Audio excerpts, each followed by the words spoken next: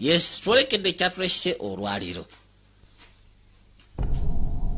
Nga bagamba bakwanis pictures bakutusizaako sinema gye twolekede.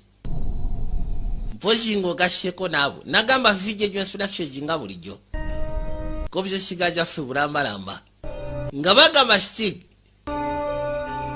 yena nyini sinema asoose.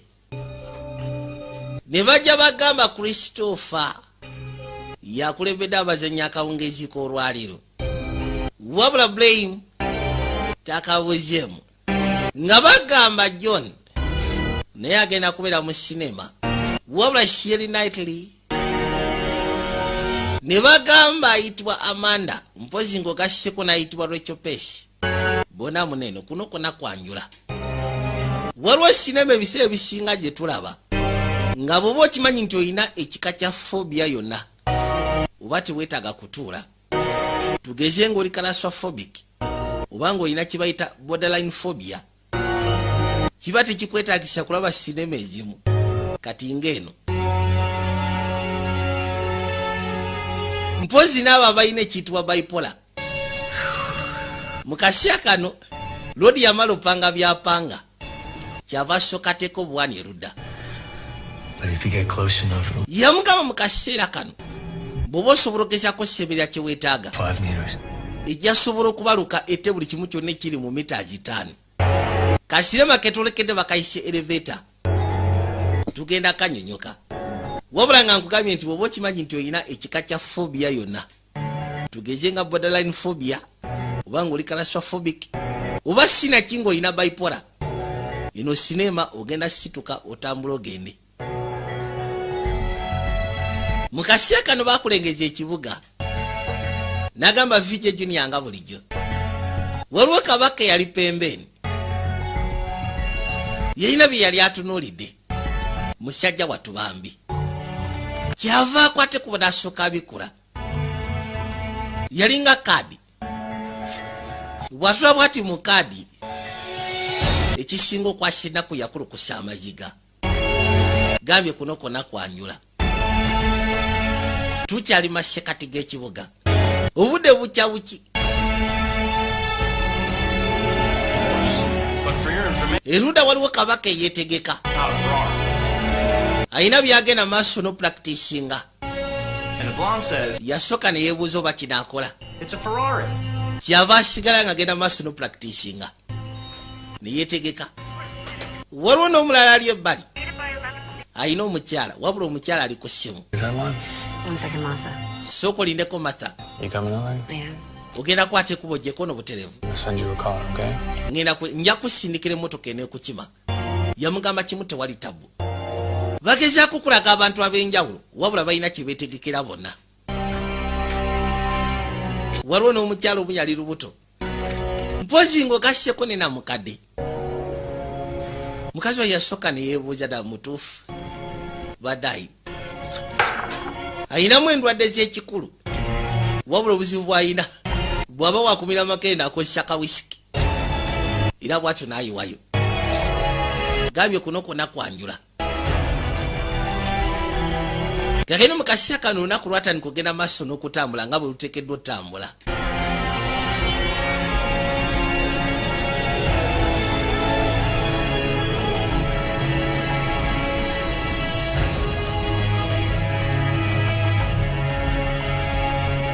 Buli kimu kyonna kyatambula nga bwe kiteekeddwa otambula. Mpozi ng'ogasseko n'okuyita mu lunaku. Obudde bwawungeera ku lunaku lwolwo lwe twatandise nalwo. Waliwo mafene yalinnya eggaali. Yamugamba ogenda kuntwala ku kizimbe kya Barton. Omanyiwo ndowooza. Alinnye Cab. Nga bagamba Maka Rosenberg yakafulumya mu butongole. Wabula Maka Rosenberg yawanika olugero lwa sinema nateera. Stig n'abeera director okuntiko. Baweddeyo katulekere kyatulese. Twada ku kizimbe erudda ekyaliko ennyukuta bba.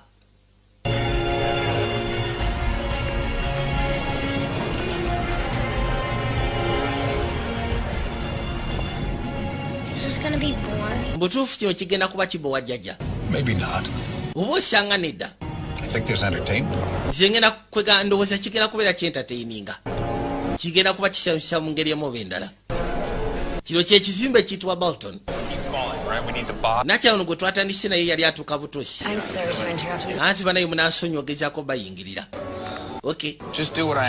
gwe kola kyegambye owulidde njagala nkakasete buli kimu kyona okimaliriza enkya ku makya kibeere ku meeza yange okimanyi nti kumisize nange bwe ntyo batuuke bali ne babagamba ngenda kukozesa elevator e ogenda kwate kubojja ekyo kyolwaliro yagamba kimu nedda kagenda okukizimbe kino kuliko engeri yakabaga nja kwetaaga photo ID yabasaba identifications at least nga ziriko ebifaananyi ogezako kakasi babi bantu abatuufu lwoli kyava asooka bitunulamu ati mpitibwa Donald Handley Mr. Hadley ne mukyala Sana oli munnamawulire ntera okulaba gataliiko nfuufu buli kimu kyonna kyeyagala nze munaye nkikiririjamu tuyingireko nobuterevu muyingire elevator kati mu elevator waliwo security guard gye baliko boy tewali tabu rodi yakola wano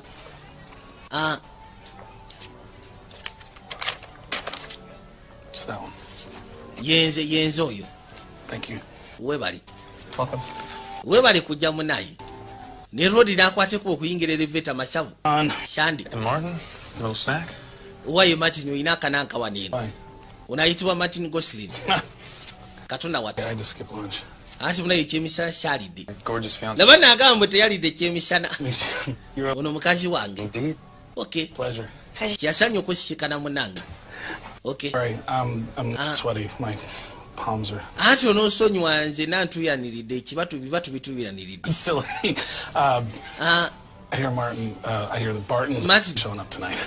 nawulidde nti omwami Bolton agenda kubeerawo ekyo kyolwaliro leka naawe nkoze mu kampuni okumala emyaka 3 musajja okisimulabangako ne kabaka ono najja nja kujjukira ejja kuba yatoilet paper nze mpitibwa George Axelrod ngenda kubeera mu kifo kya seya wange yalwadde ndi munakatemba aye nkulabye wano ku list Mr. Axelrod nakwate kuba ayingire omanyi nyina borderline claustrophobia kati ngenda kusaba tupakira abantu abangi wano kuva diro twasaba bateralisi batukumbi asikanyemu omuwarabu rodi munakatemba nze ndi security guard bona bwe bagambo bakomekerera batwabiza waye Bin Laden nsyaga bateralisi babeeramu kabuntu katonda watu agambye seba ina borderline phobia tiyandyagadde bapakiremu nnyo bantu nena mukadde yajja ati nsobola ogezaako okutuusa kapate nga tofunye buzibu bwonna osobola okumpa erinnya lyo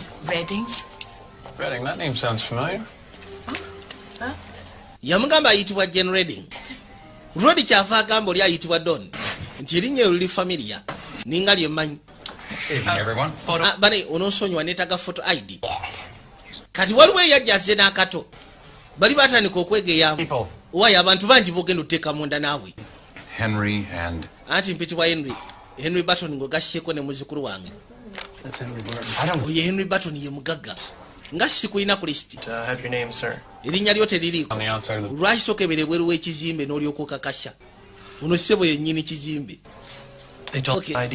ati munaye baŋŋambye buli ayitawo mujje kaidi awo tewali ttaba omulimu gw'okutambuza bulungi nsiimye nnyo tuyingire kagende munakatemba awulira obusungu eleveta ejula yamugambye ayinamu engeri ya phobia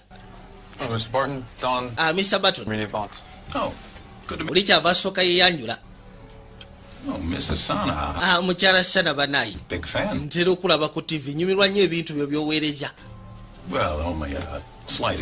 jasi kujubishamu tolegera bwoti oli musafu kubanga asikanye omugagga ono muzukulu wange ayitibwa Madeline dabano munakatemba watula awuli obusungu ayagala eleveta simuleta retimbula boy ojuza abantu bangi ati munaye nze mpitibwa Gosling genda maaso n'okola omulimu gwo katonda wattu. This young lady. Ate ono omukyala yani. In Reading. Mpitibwa Jane Reading munange.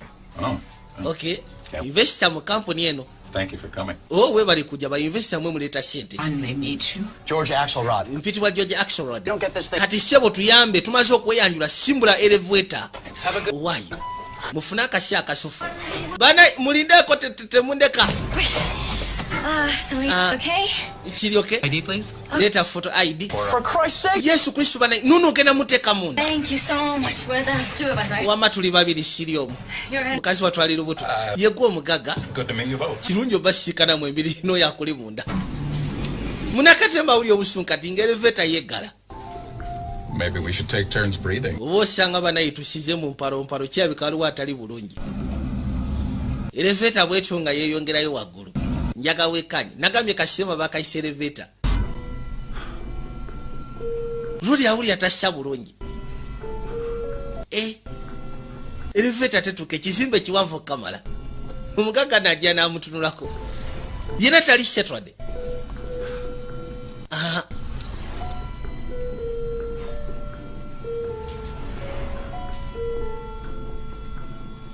Waliwo kapata akategekeddwa waggulu eyo.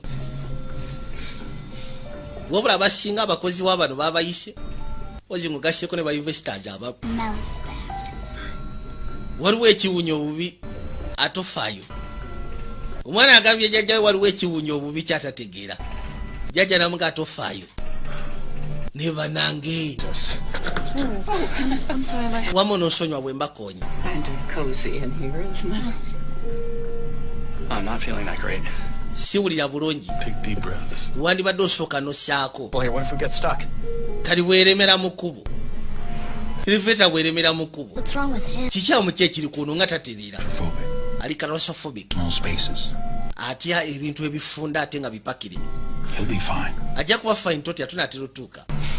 Hey, Bwana gundi. look, I've been taking this elevator. Elevator eno mbadde njirinnye okumala emyaka 6. We all have.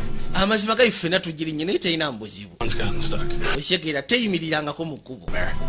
Okakasa otya.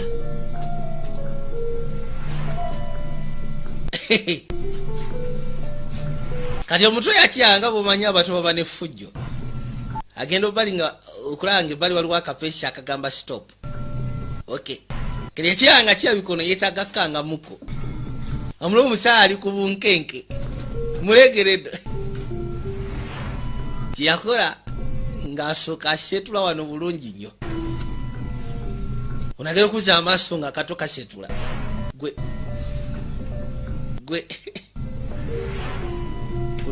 Tukigezaako.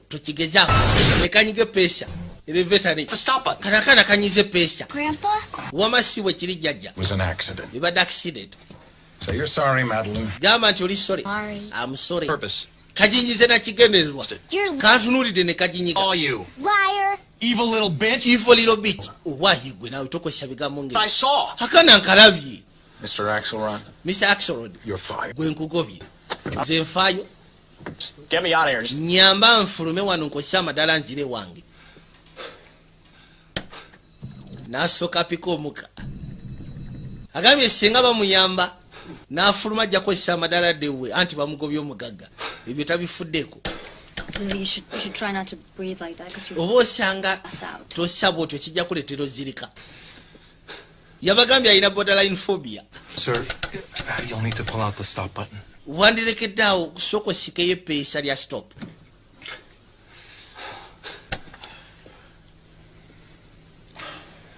It's not moving.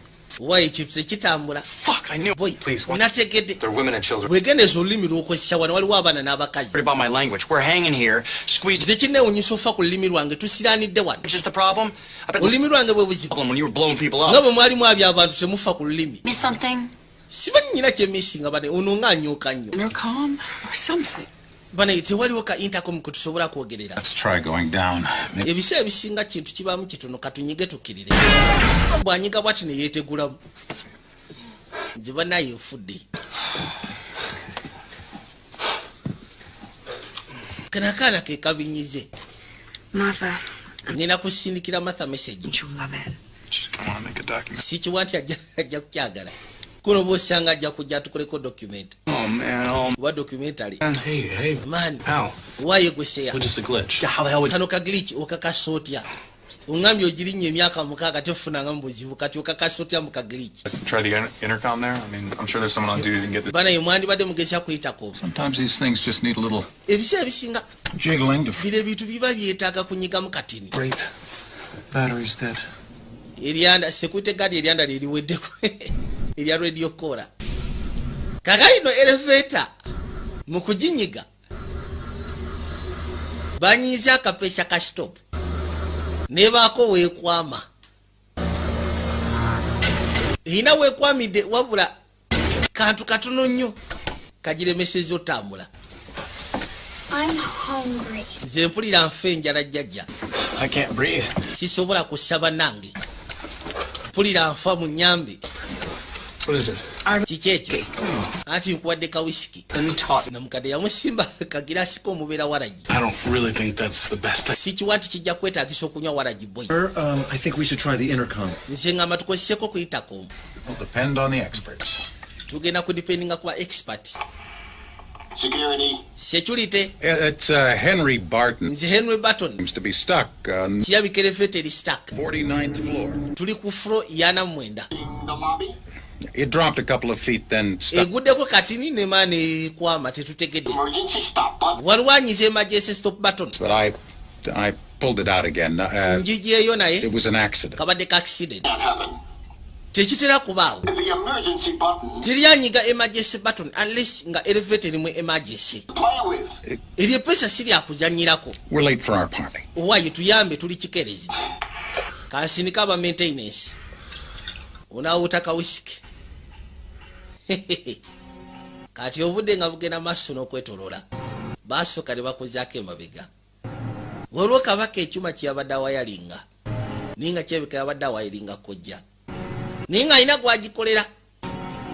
Once it's activated, you've got 2 hours to get... Bw'oba omaze okiteekako oba olina essaawa 2 okumaliriza n'otuuka wo w'oyagala otuuka nayo. The aura is going to go off. Kubanga mu ssaawa ezo 2 eba eteekeddwa okubaluka. Can't be stopped. Eba tekyasobola kuddizibwa mabega. Kasebera activated. This is what you want to do. Yamubuuza dda mu butuufu kino ky'oyagala okukola. Twadda ku elevator. Elevator ekwamye. Hope it won't be too much longer. Sikiwa nti kino kigenda kulwawo. I'm pregnant. I have to pee. Kubanga okuva lwe nafuna olubuto boy nyina okkojoba buli kaseera. Like that too. Mbutuufu nange nzijukira ebiseera ebyo naliko bwe nti. She's got that. Nyina sisita wange naye bw'atyo bw'ali. I'm sorry about this. Onoosonyiwa ku kino. Mr. Barton. Mr. Barton, wamasiiso biiyo. It's my building. Ekizimbe kyange ne kazzukulu kokwogereko. Liars go... Bad accident abalimba bagenda mu geyeni. Right. Obadde ki naawe? Go ahead. Gwe naawe tontiisa tisa ogenda kungoba emmeka wangobyegobye dda ogenda kungoba gwakubiri tomanyira. Excuse me. Ono yakwati kuba agenda okuzza amaaso. It's my producer, Martha. Ono producer wange Martha. To eat each other, she wants it for the 11 o'clock. Angambye singa tutandika okwerya mu elevator. People get... Amawulire yandigeetaze ku ssaawa 5. Feels like we've been here a week already. Bagamba nti abantu basobola okubeera sitaka mu elevator okumala ennaku ono twakamalawo kumpi wiiki nze bwe mpuliranga. Omukaga yabaga tetunaba kumalawo ddakiika 10 temuti. That it may interfere with what maintenance is doing. Ngenda kussa ababoosi tomala ganyiganyiga mapeesa kiyinza okyankalanya aba maintenance kye bakola. Kirekere bakakensa. Oh. I hate to miss the first course. Banaye Thai muscle crep. sandyagadde ku misinga mmere gye bagenda sooka gaba. Thai muscle crap. Now I'm in a hurry. Kirabika ebadde egenda kuuma kati mpulira njagala kwanguwa. Well, since we're all becoming an elevator... Engeri gye tufuuse ba elevator family kati wano. Mr. Barton, I... Mr. Barton, waliwo ekibuuzo kye mbadde njagala okubuuza. Well, I heard a rumor... Nawulidde olugambo olugamba. Mr. Barton, are you retired? Mr. Barton, nakituufu ogenda kulitayalinga mu nsonga z'okukola. Well, with a $75 million... Okusinziira ku $75 million pe gye bamuwa. Ddala mu butuufu ne bwawummula lwaki abaakola. $1 million? Milioni 75 ze bamusasula. Just to figure the... Wamma njogera y'abannamawulire si kituufu tebakakasa ssente. But just between us, Naye wakati waffe bannange. Elevator family, I am it. Elevator family. Sing it tonight. Amazima gali nti waliwo kye mbadde ngenda okwanjula mu bantu ekyo ky'olwaliro. There are a lot of talented people. Amazima gali nti waliwo abantu abalina talent kati webituuso singa kunze. Emirimu gya investment. Time to relax with my yandiyagadde asooka afuneyo akada relaxingeko ne family. Ddala mutuufu gwe oba osanga okigwana. all my life. Nze nkikoleredde obulamu bwange bwonna. Ani atakikoleredde naffe tukoze. Miliyoni nsanvu ono akyewunya miliyoni nsanvu mutawe ze bamusasula ejja $. Abakyala balina ssente kweri. Well, all right, with your grandfather, you can have. Omutenjala emuluma. Jajjawo waba talina tabbuka nkusimbako okulya kange. Thank you, Madeline. Madeline weebaze. It's got nuts. Mulimu ebinyeebwa. Nuts. Nze sirya binyeebwa, nyina allergy y'ebinyeebwa. Tufudde. Nuts. Muna talya binyeebwa. Okay. Has anyone ever seen that old film Lifeboat? Waliwo yali alabye kasinema akakadde akayitibwa Lifeboat. We start eating people, I got dibs on this sauna. Bwe tutandika bino mu butuufu byo. Hey, I'm only Why? what every other guy is thinking. Ffenna tulinga bali abalala kye balowooza. Nange ndowooza kye ndowooza. Weebale kawisiki aba. George. Wanimpadde kawisiki kange. Kaako.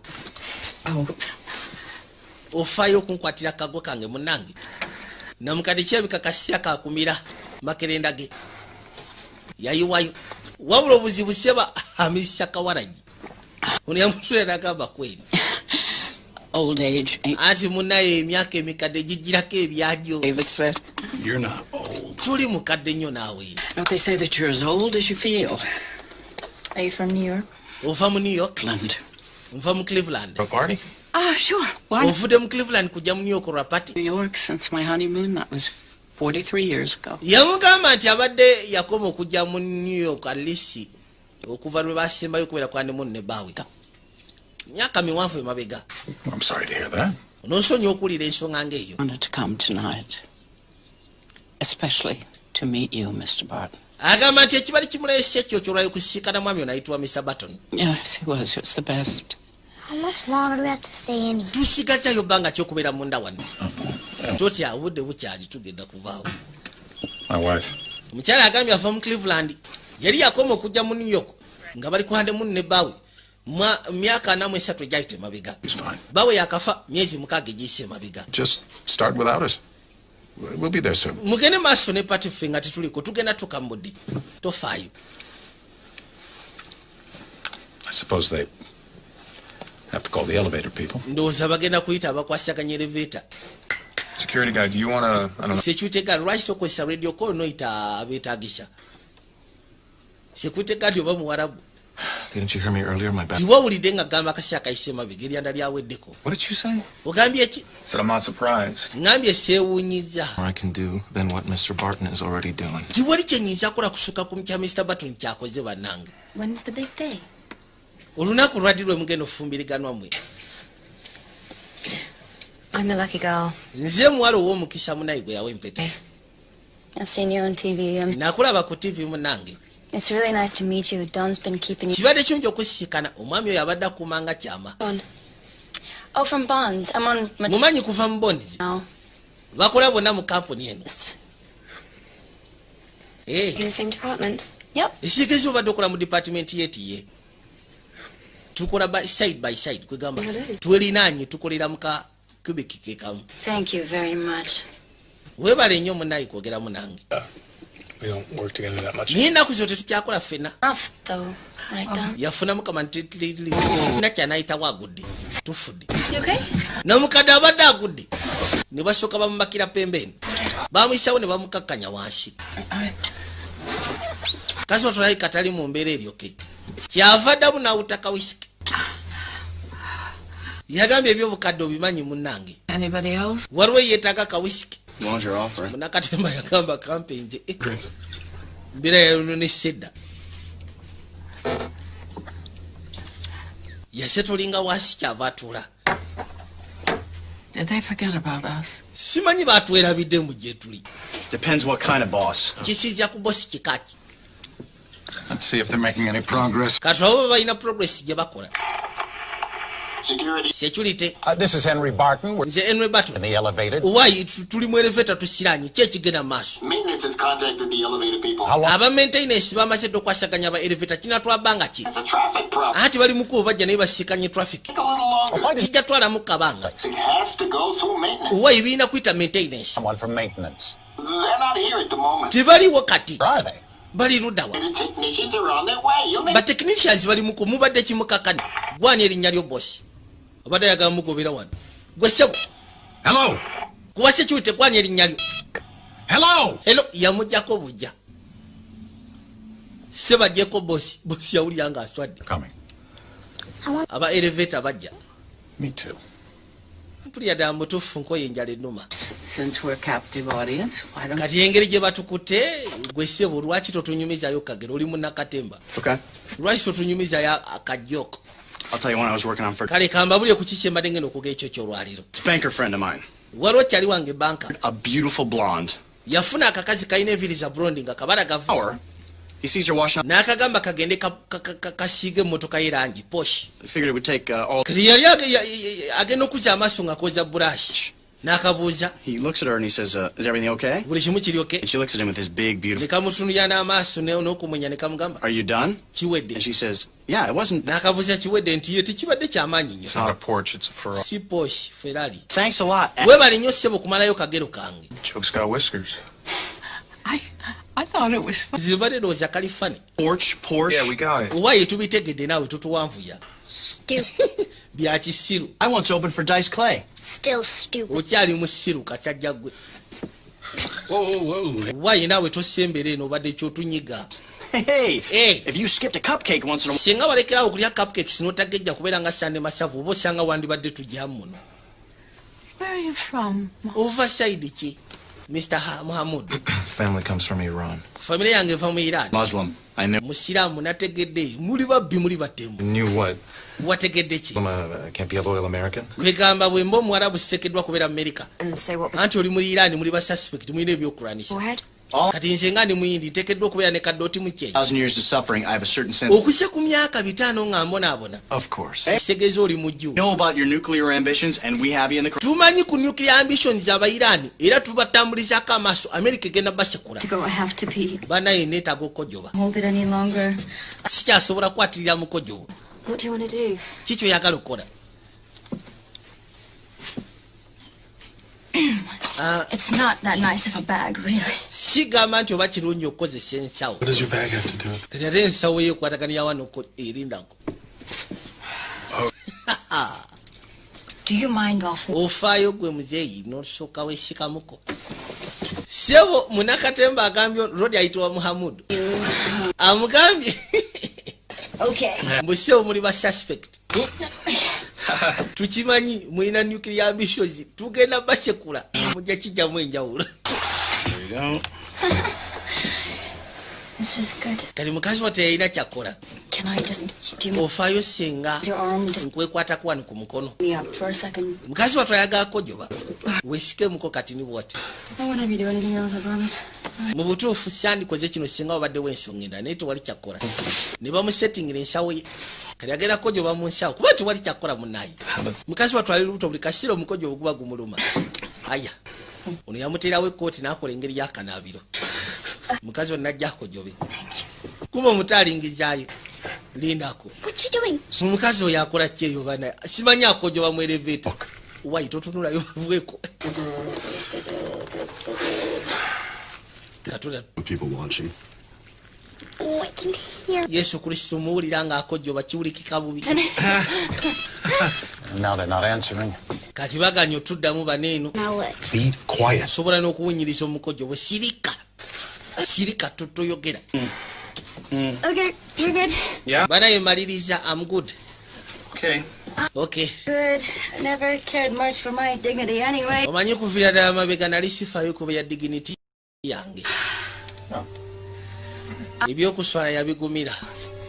Sorry about that, everybody. Banaye munaasonyiwa ku ekyo. It's fine. Kiri fine.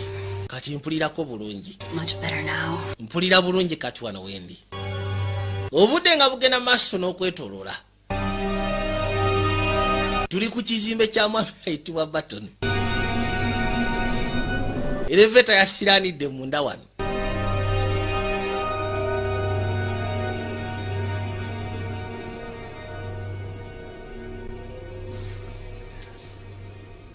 Bude bwetoloola. Kegeno namukadde aba atudde wansi. Our son Jeff died in Iraq. Mutabani waffe ayitibwa Jeff yafiira mu Iraq. Oh, could someone help me out? Bana musooke munnyambeko nsituke. Agambye mutabani we oba mutabani waabwe ye ne bbaawe yakafa ebbanga ettono eriise emabega. Yafiira mu Iraq. Our son Jeff. Mutabani waffe Jeff. Iraq. Yafiira mu Iraq. It practically killed my husband Neil. Agamba nti mu ngeri ng'eyo kyasobola okutta bba wange Neil munda. Kubanga bali close ye ne mutabani waffe. It basically took his spirit. Kyamuleetera okwenoonya. Going to buy a boat. Yali agenda kugula eryato. Tired. He was always studying. Kubanga okubeetera emabega yali asoma nnyo akatabo akalimu amaato. That's what got him through, really. Kyekyo kyali kimutambuza okuva mutabani we yali afudde. Kali yafuna eryato lye yali ayagala. Barton Investments. Aba Barton Investments baafiiza sente za bbawa, sente zaffe zonna baazionoona zaabula mu investments ze twateekamu. Like 6 months ago. Isigeeza bbawo yali ayitibwa Neil. Screamed at me saying, oyo omusajja emyezi 6 egyayita emabega yampoganiranga ku simu n'aŋŋamba musimanyi twamwonoonera sente. Advised a lot of our clients to buy them. No one could see what was around the corner. Yamugamba ebiseera bisinga munaye ba client bateekamu sente naye tuba tetumanyi ki kigenda maaso. Yabeesiga. After my child, my son, he was my whole life. Yeekuba ekyasi mu mutwe. Nga mutabani wange bwe yali ne bba wange bwe yali bwe bwali obulamu bwange. no, it's still just a gamble. You can't. Ati munaye ebiseera bisinga client ffe yatubulya ekyokola tuba tetumanyi ki kigenda kubaawo. Baliwo okuinvestinga sente. Yabeesiga n'abawa sente ze. Trusted. Yabawa akasuwa ke. Right thing. Yabeesiga n'abawa akasuwa ke ng'asuubira mugenda kukola ekintu ekituufu mu investinga sente ze zikomewo. Always the investors decide. Anti munaye ba investors be basalawo ki kye bateekamu sente. That you got a 75. Bwe ssebo nagenda okusoma ng'ofuna $75 million pe. Ne mbutuufu muli basiru nammwe. Life. Obulamu Fair. si bwenkanya kyensobola okugamba. Ddala mbutuufu. Life is shit. Obulamu bwo busa. So why are you here, Mrs. Redding? Kati Mr. Redding lwaki oli wano? If it were me, Kubanga singa mbadde gwe last place that I... nga bbaawo kino kyekifo ekyamuleetera okugyawo obulamu bwe kyekifo kye nandiyagadde okusembayo okubaamu. Lwaki oli wano? Kyava asirikirira baakuzaayo ke mabega. Omukazi ono nga tannabakwata kubo kwe. Juyira yagambye abeera mu Cleveland. Yavudde mu Cleveland n'akwata kubo kujja mu New York. Wabula ekyabadde kimulese kusisikana bano abayitibwa ba Barton Investments. I hope this is okay. Kansubire mu zino sente zijja kuyamba munange. Ono ye kabaka gwe twatanisinga agenda maaso n'okunnyonnyola. Ku kojja gye yali akoze. Wabula kyebika kojja yali agikolera namukadde. Era nga namukadde kojja agitwala mu kizimbe kiri. I'm running out of time. Banayo obudde bunzigwako. Ninga yamukoledde kujja yamugambye nti once kasitebera activated oba oyina essaawa 2 kugikozesa kyoyagala. Kubanga bate kyavaako. No, that the elevator was going to be stuck. Agamba nti we yajjidde wano teyategedde mu elevator egenda kubeera stuck. Wabula kati takyasobola kwogera omukabaka mubake. She needs help. Bano omukazi yeetaaga buyambi. Jane. Musooke mufune engeri gye tumutaasyamu. Jenny. Agambye nti bwe yakutte kuba okujja teyategedde mu elevator egenda kubeera stuck. Yajja asooka afuna amakerenda ge. Mbeera si nnungi. Obadde akyabanyonnyola. Lwaki yajja wano olwaleero? Help her! Kuba mumuyambe. Sooka ofune osobola omuteekako. She can't breathe. Ono yakubira aba 911. Mukazi tassa. Oh, no, you're not gonna die. Togenda kufa. Die. Togenda fa tofaayo. Okay, what is your location? I have a bomb. Nyina kojja. You got a bomb? Oyina kojja. Says she had a Omukazi agambye ayina kojja. woman. Omukazi era bw'atyo n'akutuka. Wayita kyasa. She's gone. Omukazi afudde. Oh, maybe she had a stroke. Oba osanga afunye ka stroke. Muhammad oba osanga afunye ka stroke gwe naawe. I was a medic in the army. Nze nali musawo mu magye. Nsobola okumanya afudde. Omukazi afudde bannaye. Out of here right now. They need to fix this right now. Mubagambe betaaga fixinga kino kati. Hello? That's how we know. Ekyo kye tumanyi. Oh, answer me. Owaye munziremu. Jane Redding? Omukazi ayitibwa Jane Redding. Afudde naye nga bagambye nti ayina kojja. Services. Kituufu kyayogedde.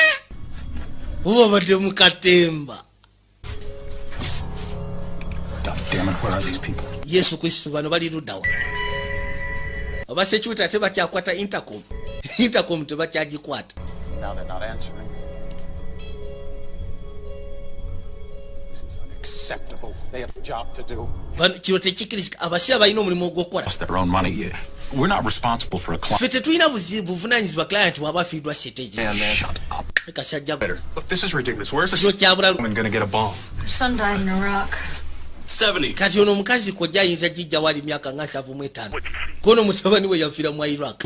Agambye yali soja. Only said that Well, that's what she said. Jane Redding from Cleveland. Ono yakuba essimu yakuba ku station. And we're talking tonight. Agamba nti omukazi bw'atyo bw'atugambye nti simanyi abadde ne kojja. Osobola ogezaako sinika ebifaananyi ng'okozesa essimu yo. Start streaming. Ngenda tandika okuscreeninga kati. Aya. she has a Mulimu munnamawulire akola gataliiko nfufu yamanya gano gakolerawo. Yayiwako buyiyi kamera. Banaye muleke kuva reactinga. There's 9 of us, including CEO. Tulimu mwenda ngo gasseeko ne bosi mwennyini nnyini bijimbe. Wayi totuluzamu kikamera obadde ki? An investor with Boston. Oli ssebo ye ebifaananyi abisindikiddewo gataliiko nfufu. Banaye. Omukazi alimba ayinza okuba abadde talina bomu ng'abadde anyiize. Wayi gulise kutegadi guno mulimu gwo. Nze simanyi bitu bya bomu. Bannange. Abayi. Kano kabaka abasooke balindeko. Celine Forget, bond trader and expectant mother, has volunteered to check Redding. Waliwo ayitibwa Celine. Asuubirwa okuzaala essaawa yonna. Asazewo agendako ebiro oba omukyala ayina bomu. Ye munnamawulire. Gafulumya akozesa ssimu. Mukazi watu yajja. Kati baagala konfaminga. Oba namukadde kyabadde ayogerako kituufu. Ddala mu butuufu ayina kojja. Mukaga bagambye nti omukazi abaddemu ebyo by'okutya oba osanga ayinza okuba talina na kojja. Ng'abadde akanga bukanzi. But am I just going to open it up or yeah. like what? Yeah. Can't be that sensitive, right? I mean, she's been carrying it around all night. Ayina osooka okebera ensawo. Kono kituufu. Ensawo bwedda agyetisse nga tagita.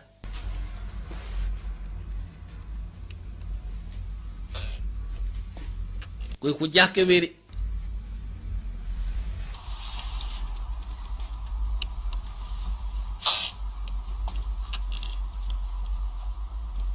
Babano.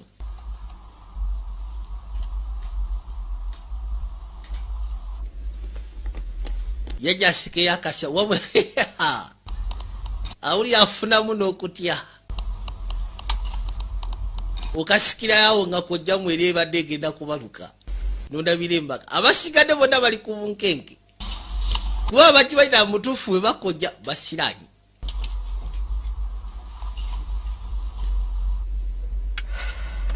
Allah.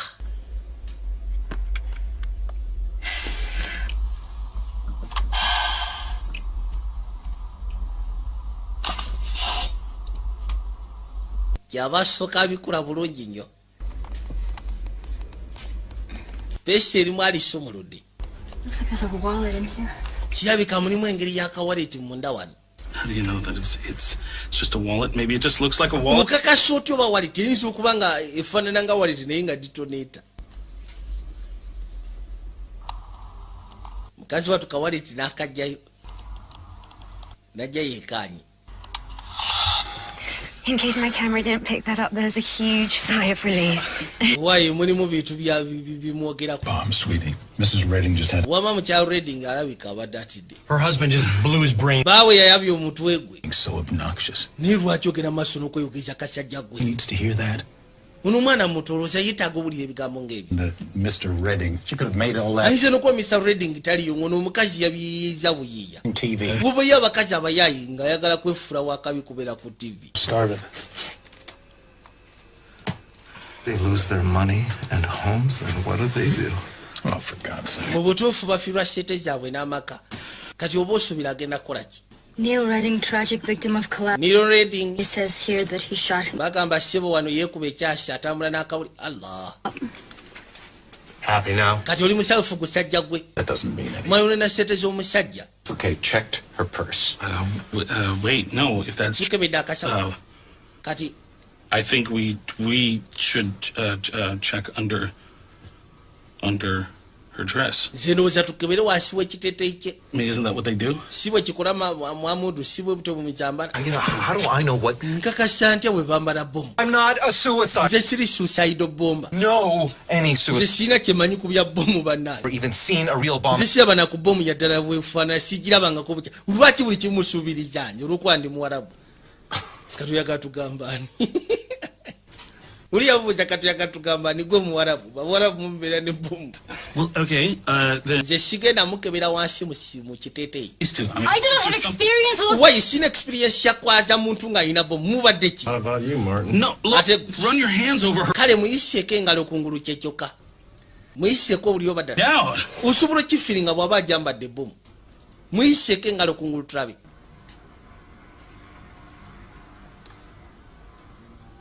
Munakatemba. Sebo bali ku mayiti ya namukadde. When did I suddenly grow balls? Nira mutuufu najja ddi ofuna emipiira. Oba okubeera omuvumu. Kola ekintu nga kino.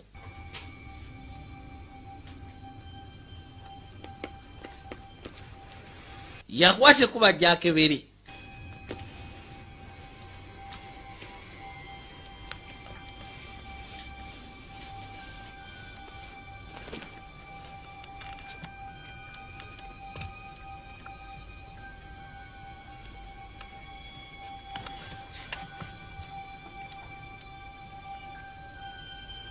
Yasooka n'akwatakwatako.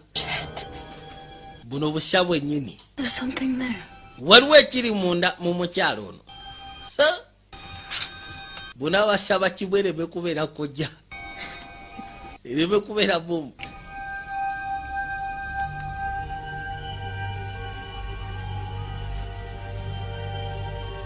Yajja amutagulule.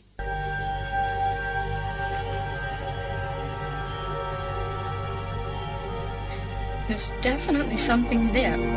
Waliwo ekiri munda mu mukyalo ono go ge mazima. Kujja asooka amusumulule bekaanyi. Mutuufu kyakifiirinze nga mwekiri. Yesu Kristo. Look, it could be anything. Or Kiyinza okuba nga Stop saying that. nga si kikulu. Lekera okwogera bwotyo naawe.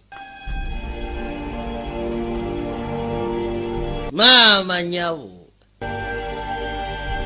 Allahumaka. we gotta find out. Tulina okumanya. Sigala ng'okebera. Impressive woman, Miss Fouquet. Kiryoke sooka okebere tulabe. Kubamu akafaananyi ng'oli mu mbeera eyo. Maama nnyabo.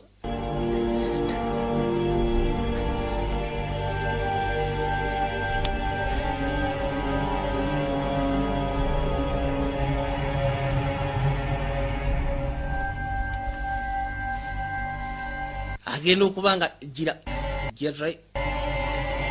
tulabe gira. Oh, Jesus Christ. Nga kituufu omukazi alina explosive mu kiwato. nice knowing you all. She's got a bomb. Omukazi alina bomu wama tetumanyi. Radio. Waaye naawe katugiyite radio. Bar of soap. Bomu yagyesibyeko. Bicycle cables.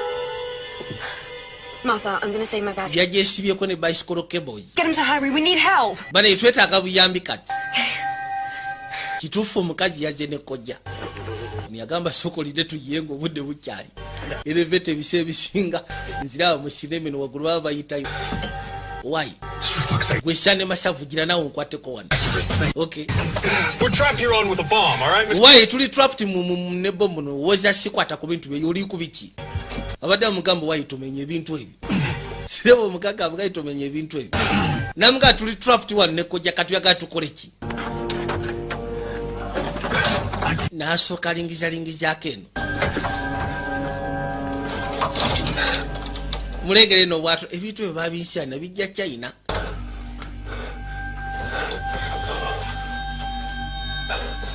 kutambuza amaso yekani why nyweza kono kunyweza boy What's fucking lights? And what are you matara mere teri gezi. Elevator without an escape hatch in the city. Well, now what? Anyone have a deck of cards? Kakasi. Well, it wouldn't do me much good anyway. Ono mukazi watu olubuto yasituka aseze wanywe ku sigala. You shouldn't smoke. Why tonywa sigala? Fuck did you care? Kati ofayo ki? What, now you're gonna become a concerned father? Orotugamenti kati ogenda kwefura tata afaye nnyo. There's not. Kume nakyala awulidde. Soko ogambye ki? It's all of us breathing this air. Omanye ogambye ki? It's not the time, all right? All Sike kasya banayi twogere ku bino. Perfect time they can fuck. Kano ke kasya banayi omuntu ayogera amazima. Wayenda. Now's not the time, all right? Wamasike kasira di. Now! Njagala kumanya kati nja kunyonyola. Nja kunyonyoleda. Up, don't you, like when you put me on your desk? Ono munyonyola engeri gye wanteeka ku mmeeza nga tunyuka. Yefudde atawulira. It just happened. Wama kyatuka nano bunakatembe ebyo byayagala. No child on. Oyina omukazi alina lubuto n'omwana. Omwana wo kono kisoboka. Gasi yambwa gwe. Ubeda chobola ayebwala mu elevator nga kimanya inamu akantu ke yashambe diva kati kali lubuto. They're sending someone to get us out. Bagenda sindika omuntu atukime totya. We're such an asshole. Yeah, it takes one. Nembo tu for the asu. Yamugamba it takes one to know another one.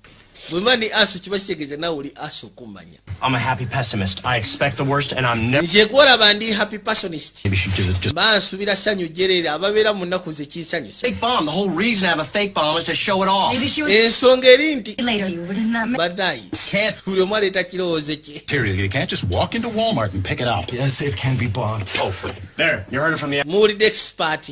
Bigwe kikirwa kyo ndemerako. Lwaki uleka kino ndowooleza okubeera omutujju? Esimu nevuga. Fuck you. Wegire kasajja gwe. No. Neda. It's okay. Tuli okay. Speculation. Jasinkayana ze tonotono eziriwe. No, I know. Nkimanyi. She's all right. She's just afraid. Omwana ali bulungi jasi atiddemu kyekyokka. Soko yogeremu noono jjajja. Grandma. Jjajja. Oh no. I'm scared. Mbutuufu mpulira ntidde jjajja. I love you too. Njaga okimanyi nange nkwagala okukamala. Ndowooza byebyo. Gaga ssebo yeegumya.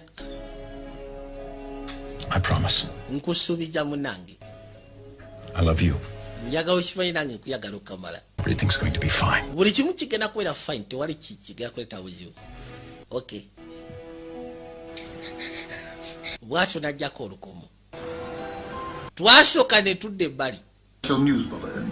Tonight, Kakense yakoze kojja. including CEO Henry, Abaali wanagenda okuzza amaaso nga boogera ku TV. what appears to be a bomb. Nti waliwo abalisitaka mu elevator. 9 people trapped. This is Maria. Mulimu omuntu yaleese kojja. BQTV. Omu ku baweereza abafaano ku TV naye gyali. Later in the Barton building.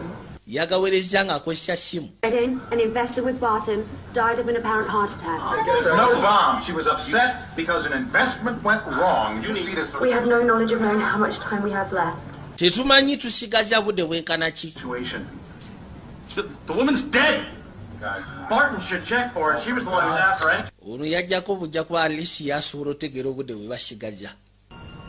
olwedera kya yali amaze omugamba nti amaze gyactivatinga nga nakimanyi kojje bwe baba gyactivating kitwala essaawa 2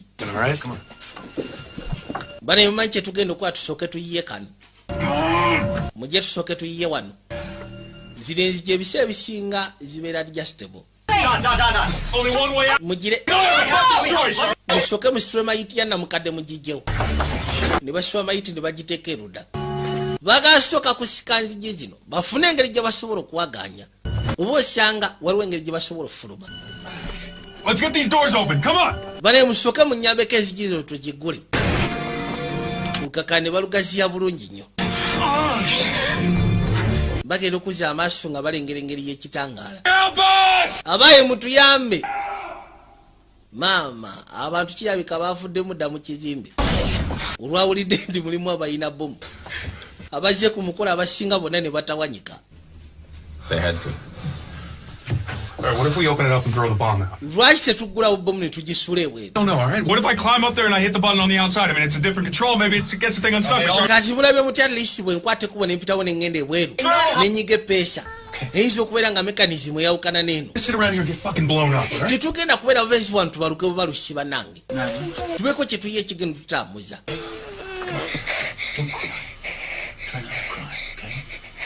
basooka ne basaba omutale bekaaba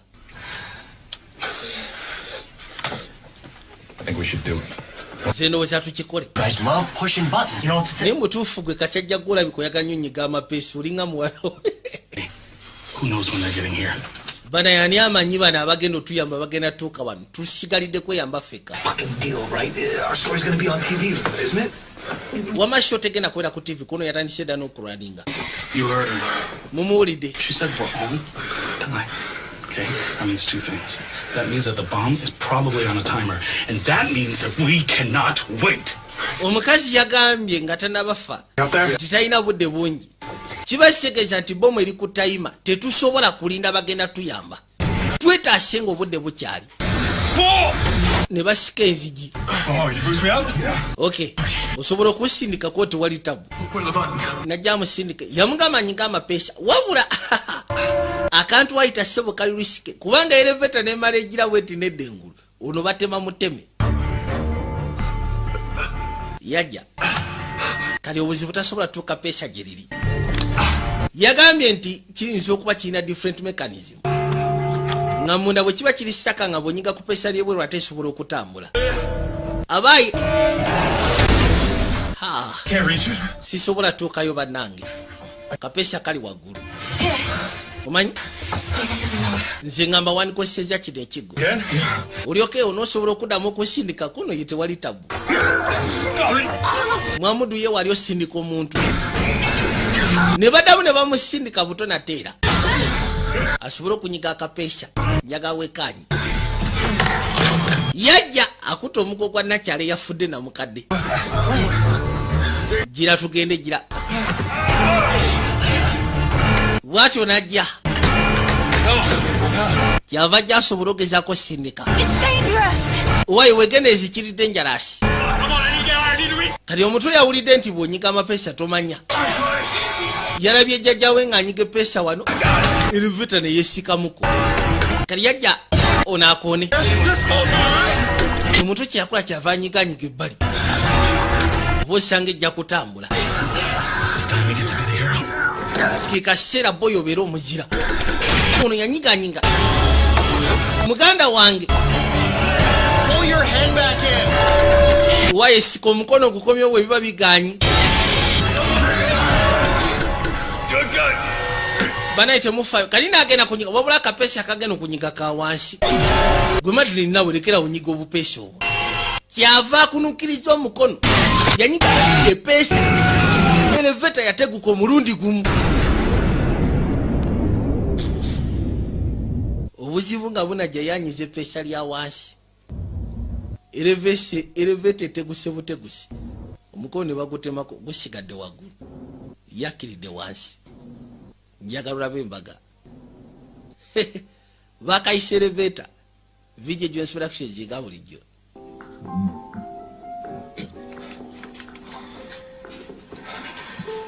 kakaino weegize n'akasinyazi kavuddekoko bali mu kizikiza. Holy shit. It sounds just like girl from Ipanema. Don? What Eki happened? Now I hit the button. Who else can hear me? It's Don. Who else can hear me? Yeah. Maureen? Doni kono muli bulungi banange.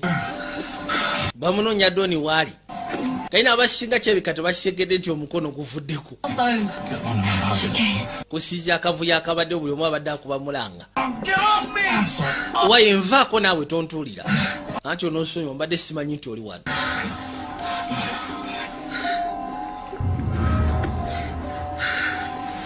George? Yeah. Basooka ne bakozesa obusimu bwabwe. Wano ssebo katoki weeyambira. Celine.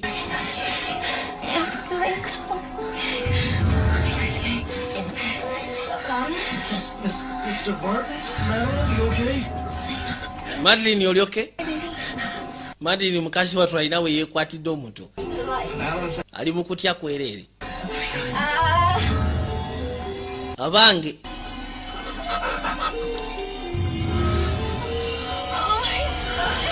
Yesu Kristo banayi tufudde. Laba omusaabu afaanana. Ettala egenda okuddako. Ng'oli yagudde eri yenna ajjudde omusaayi n'abasinga bavulubanyi wano omusaayi.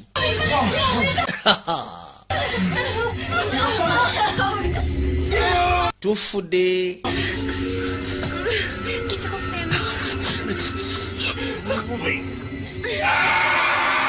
Laba n'omugaga. Ono yakwate kubo n'asooka amusiba omukono omusaayi guleme muggwamu.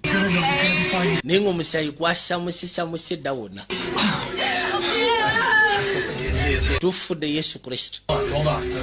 Nywera. Katonda wat.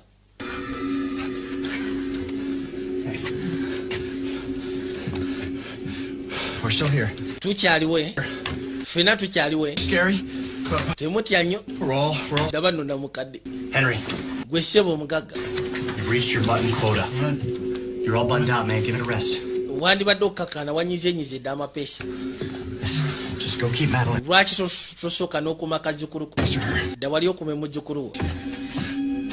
I got you. Tuula wano eno. It's all my fault. Watch your head. It's all my fault. Omutali bali awoza kimu bannaye ino n'asuubi yange. It's all my fault. Bambi kakazi katukalayisa okwenenya. It's all my fault. Eno ensobi yange. That's kind of like a roller coaster, right? I don't like roller coasters either. You're gonna be okay. Ogenda kubeera okay. I saw you push the button. Nakulabye ng'onyiga eppeesa kyo kituufu. You must run in the family. Kirabika kiri mu family kuba ne muzeeyo jjajja abadde anyiganyiga amapeesa. You gotta get out of here. Tulina okufuluma wano. We're still waiting. Banaye tukyalinda.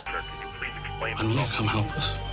Teri atuyamba. Still stuck in a fucking elevator. Tuli sitaka mu elevator. Where are you? Oli ludda wa? Yeah, we need help. We need help now. Twetaaga obuyambi kati. I think I am remaining calm, actually. In a fucking home. Oli tali bulungi amagulu tegali okay. With 8 other people and a goddamn corpse. Well, my friend is bleeding out. Now, where are you? Mukwano gwange avaamu omusaayi muli ludda wa? Wamasoko kwate wano bosi. I'm not a prayer. Nze siri musabi mulungi. I pray every day. What good did it do you? If God knows everything. Gw'osaba buli lunaku kikuyamba ki? Emirundi 5 mu lunaku kikuyamba ki? We need help now. Twetaaga buyambi kati.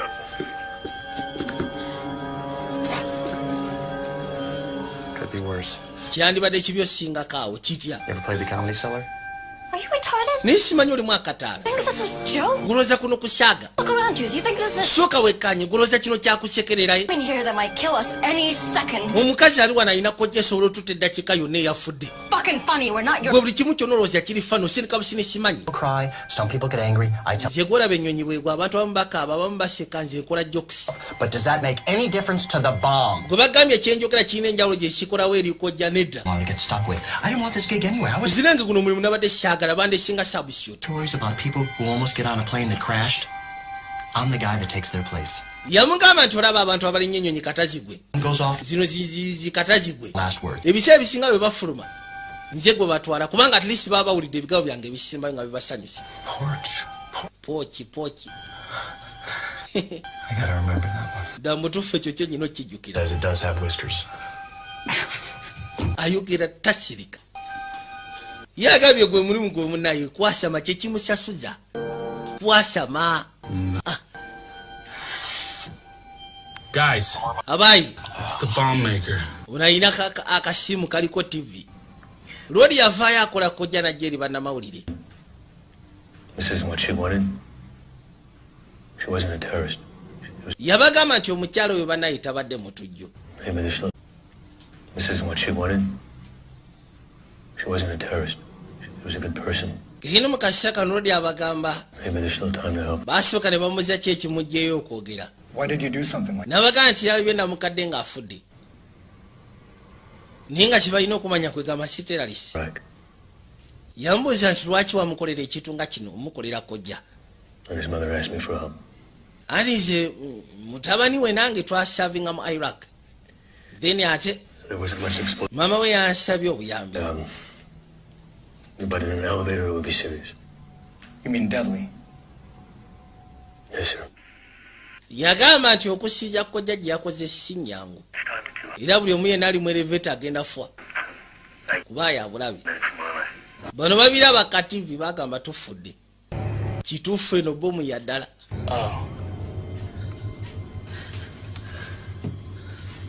Ino sebo kojja ya ddala. Bomu ya ddala. Onabali wana esimu nevuga. Martha. Slow down, let me just put you on speaker. Leka nsooke nkuteke ku loudspeaker. They've evacuated the building and they're blocking off the street.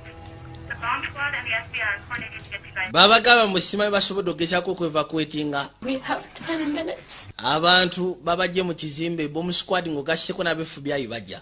Omusajja akomekkereza agamba nti balina eddakiika 10. They know that. Bomu meeka atugambye essebo tulina eddakiika 10. Who is that? Basigaze eddakiika 10. Ani oyo? The only thing that's going to stand in there where are the TV ratings. Ekintu ekigenda okuba nga kiyingirira mu kkubo lya TV ratings. 8 people stuck in a box. Tuli abantu 8 tuli sitaka mu kibokisi mulimu mayiti erina kojja. We need to get out of here. Banaye tulina okuyiga engeri gye tugenda ofubutukamu wano. No, it must be awful, but they're doing everything they can. Yeah, sure, go with the money, because money buys salvation. Mbutuufu. Tebera ku ssente zirabika zo zijja tuyamba tugule okulokolwa. Oba okununulwa. She's asking how much petrol we have. Yesu Kristo. Beebuuza kaki kye tugenda okukola. Sounds like they're doing everything they can. They have to be. Nyino sooka. Ono yagwamu amaanyi. Omusaabagabe balina eddakiika 10. Ate nga tebalina kyakola ne baba bafa batya tebakyasula gitegulula. Ono agakaabye. Ndaba n'omunnakatemba bw'atula bimuweddeko. All right, I know things don't look great right now. Kimanyi ebintu si birungi kati. I was thinking the elevator dropped, right? Wabula amadde ndowooza elevator engeri gye kkiriddemu. Doors haven't lined up now. Eyinza okuba ezigiziri wamu kati. Okay, let's do it. Tusooke tuziggule. Mbutuufu. Out. We're going to push Madeline out first. Tugenda sooka. Bwe tuba tumaze okugula Madeline yasooka ofuluma. She's ready. Oyo mwetegefu. We have to do it at the same time. Get ready. Tulina kugulirawo akasya keekamu. Ne bajja basike. Bagambye okusya ku elevator engeri gye kkiriddemu oba osanga kati esikanye oluggi nga ziri lined up. Nga bwe tusika wano tusobola ofuluma. Ne basika. Ne basika naye nga wa. Busa bwennyini. We had Don, and we weren't dealing with that. Tuli twasobodde oddugula kona ntwadde tulina Don. And how the fuck do you think I got this way? Aye twadde tulina buzibu bwoli kubanga amagulu gafunye buzibu. Goza amagulu gano. Henry. Situka gwe mugagga. Henry. Do this for Madeline, all right? Ogenda kikola lwa muzzukulu wo. You need to pull really hard, Henry. Tugenda sika oluggi luno sika nnyo n'amaanyi. Pull! Sika. Pull harder! Najja sike sika. Sika. Shit! Busa bwennyini. Kumbe terunabatu. tufudde kisenge kyekiriwo katugera kola tutya We still have a few minutes. tukyalinayo eddakiika etono So that's it. kali kyekyo tusiraanidde ddala This is one where we all die. ffenna wano we tugenda ofiira Happens. This is where it's gonna happen for us. wano we kigenda otuukirawo gye tuli That's all.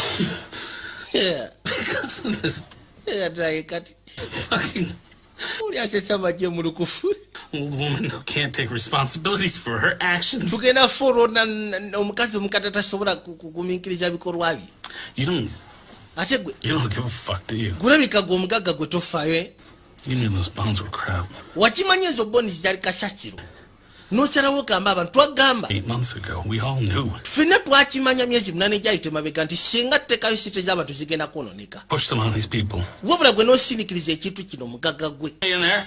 olaba kati oli musanyufu Need to open the doors one more time. banaye tugule oluggi omulundi ogusembayo I just need to see something first. njagala kubaako kyendaba It may not be a big deal, but kiyinza okuba si kikulu naye Okay. kijja tuyamba musikemu Okay, everybody, come on. muli omu mujje You. mujje tusooke tusike tulabe More time, come on, pull. kale mwanguwe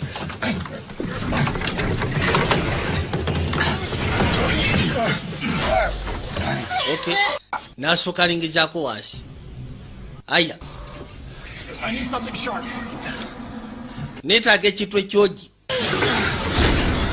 neetaagayo ekintu ekyogi Something sharp. ekyogi nsobola okusimba kano This is it? kano kompadde kenina Nothing else. What do you expect, George? We're going. nsuubira kiffe tutambula n'obwambe tubali tujjako okutoyira opati Well, it was Don's idea, really, but there's room in kyabadde kirowoozo kya don elevator. wabula wano tulinawo ka room No cable with that. I know. Well, then how? kati ogenda kukola You can't be serious. toyinza kuba sirias It was a last resort. ye yabadde last resort Not gonna get any deader. It's all. ono omukazi tagenda fa kusukkako wano You have to cut the body. yagaino ye agamba okusira ku doni kyabadde alowooza twali tulina okuyija kojja tubeko gye tugikanyuga katulidde tukitegedde singa kojja ebeera wano tuba tugenda kufa kati abagaba bafuna ekintu basale mayiti bajjeko kojja bagisule wansi Okay, listen, George is right. It's not like she's gonna. george mutuufu sigamba nti ono omukazi agenda kudda ngulu The law. Look, this is our life. ebyamateeka mubiveeko bannaayi Us into the situation in the first place. She's still a human being. kuba naye akyali muntu Being. Now she's a corpse. muntu naye yafuuse mayiti kati Who's kati balina omusaba bamuggyeko kojja wala balina sara mu kiwato Cheryl volunteering, George? This is your idea. nze namaze dde ogezaako bayamba ku bye nabayambye kino kirowoozo kyogwa bamusala I can't do it. nze sobola kikola boyo n'osonyiwa sigenda mumusala Okay. kale How much worse can it get? oza kiyinza sukka bubi kusukka kyenkanaki Her trapped. kamusale And then we're good. ffe gwe musale omugyemu kojja tugisuleyo kijja kuba kiwedde Okay, I'll do it. But Banayi, all doing it. ngenda kikola wabula tuba tukikoze ffenna sinze njeka temugamba poliisi munze njeka Okay. tukikola ffenna muhamedi All right. kale yajja asale mayiti balina okyala mayiti wakati bajjewo kojja bagisule wansi tegamba wansi ne bwe balukireyo baba tebafuna buzibu yajja asale njagala owulize bifo nga tanaba kusala ekikoba kinywedde oli yasiriza kufuliza gaali Do I start at the front or cut through the backbone or what? tandikire maaso then tugende mabega ku nkogo Under the ribs.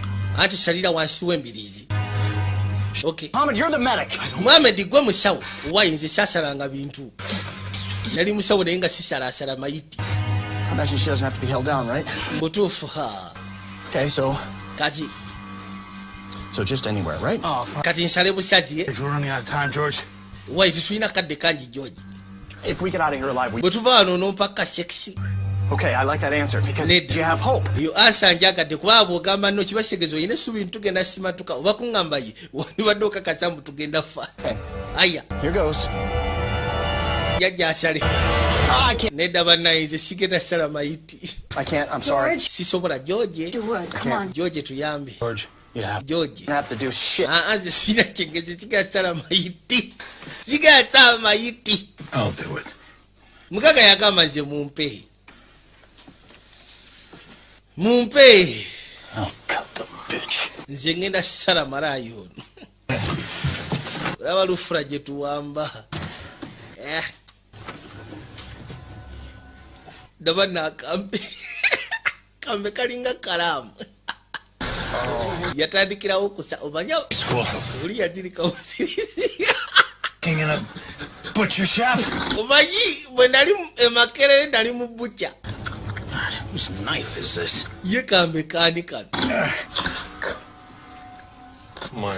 kange kati okakozesa kigwe sikutega nkakozesa kulongosa njala omugagasa baali ku lubuto asala tusigaza bagati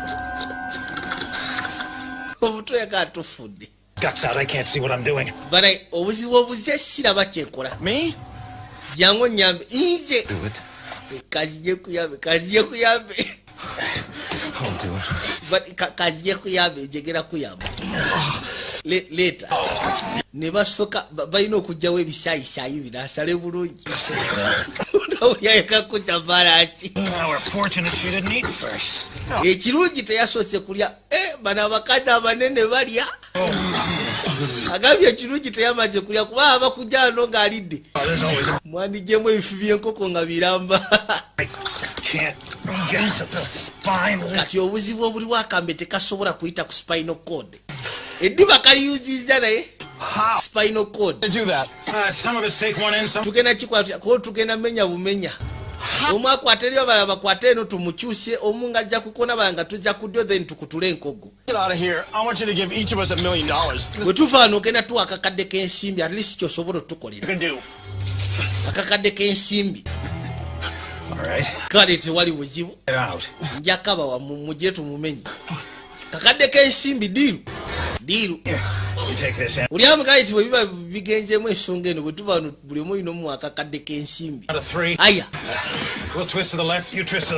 abazza ku ddyo muze ku ddyo ffe tugenda kujja ku kono basobole okutula enkogo yesu kristo bannange aya emu biri owa ekitunga kikaluba bukalubi laba n'omuto bambi muto byamusobedde dda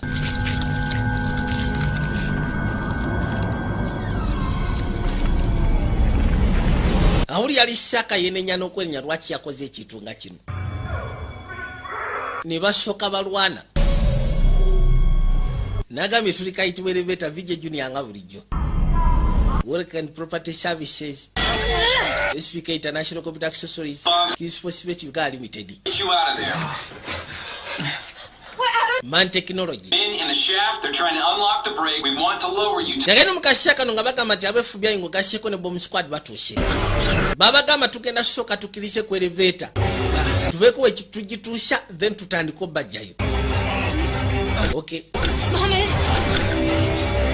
Mohammed. He's barely alive. We gotta get him out of here. Come on. Ono tuino keshako mmoja wani. Abayi. Kati baline bafuna we basobola okugezako sikira y'abantu. Aya. Mutujja wano banayi kojja genda kuba kwasigadde dakika ntono. Twina wano omulwadde. Ne basooka batwalayo omulwadde. Ne bazaako muto. Ne bazaako olubuto. Ne bazaako munnamawulire omukyala. Ne baza gwe mugaga gwe twakoze ddiiro. Ne bazaako mugaga. Mohammed naddako. Then balina okuzzaako munnakatemba. Kati obuzibu obuliwo akantu kafunda. Mujjamu sayizi mbale. Bano ba unlimited sand masavu. Boy siyitawo. Musajja watu sand masavu tayitawo.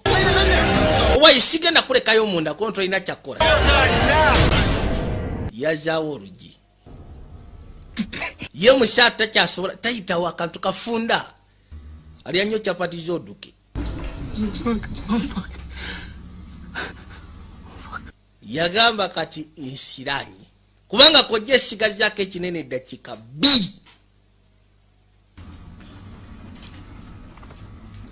Yavasoka kyusa amasi mabiga. Yena ali mu kutintima.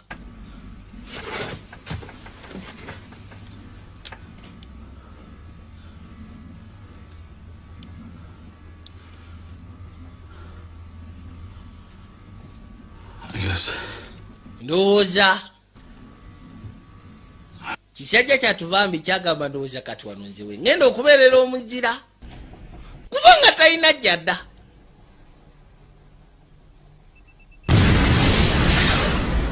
Era bwetyo kojja yabaluka bade bagamba mwongera wansi basement ye gye baba bamugiramu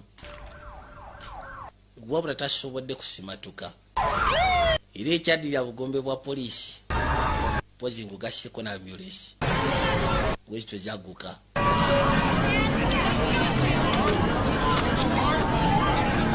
Oli ekimusiza busaatu bunene bunene bwe bumusiza naye oba osanga naye yandisibatuze.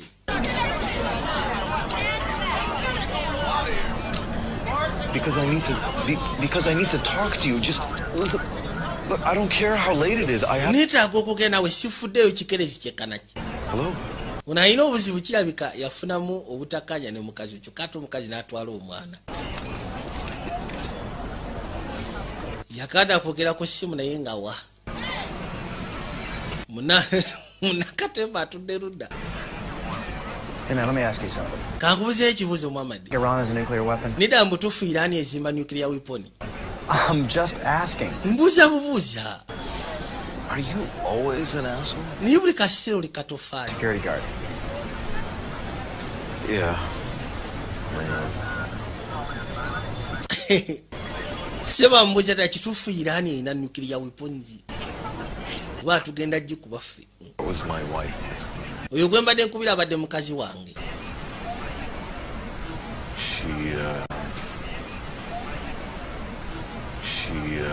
We're alive. Tuli balamu.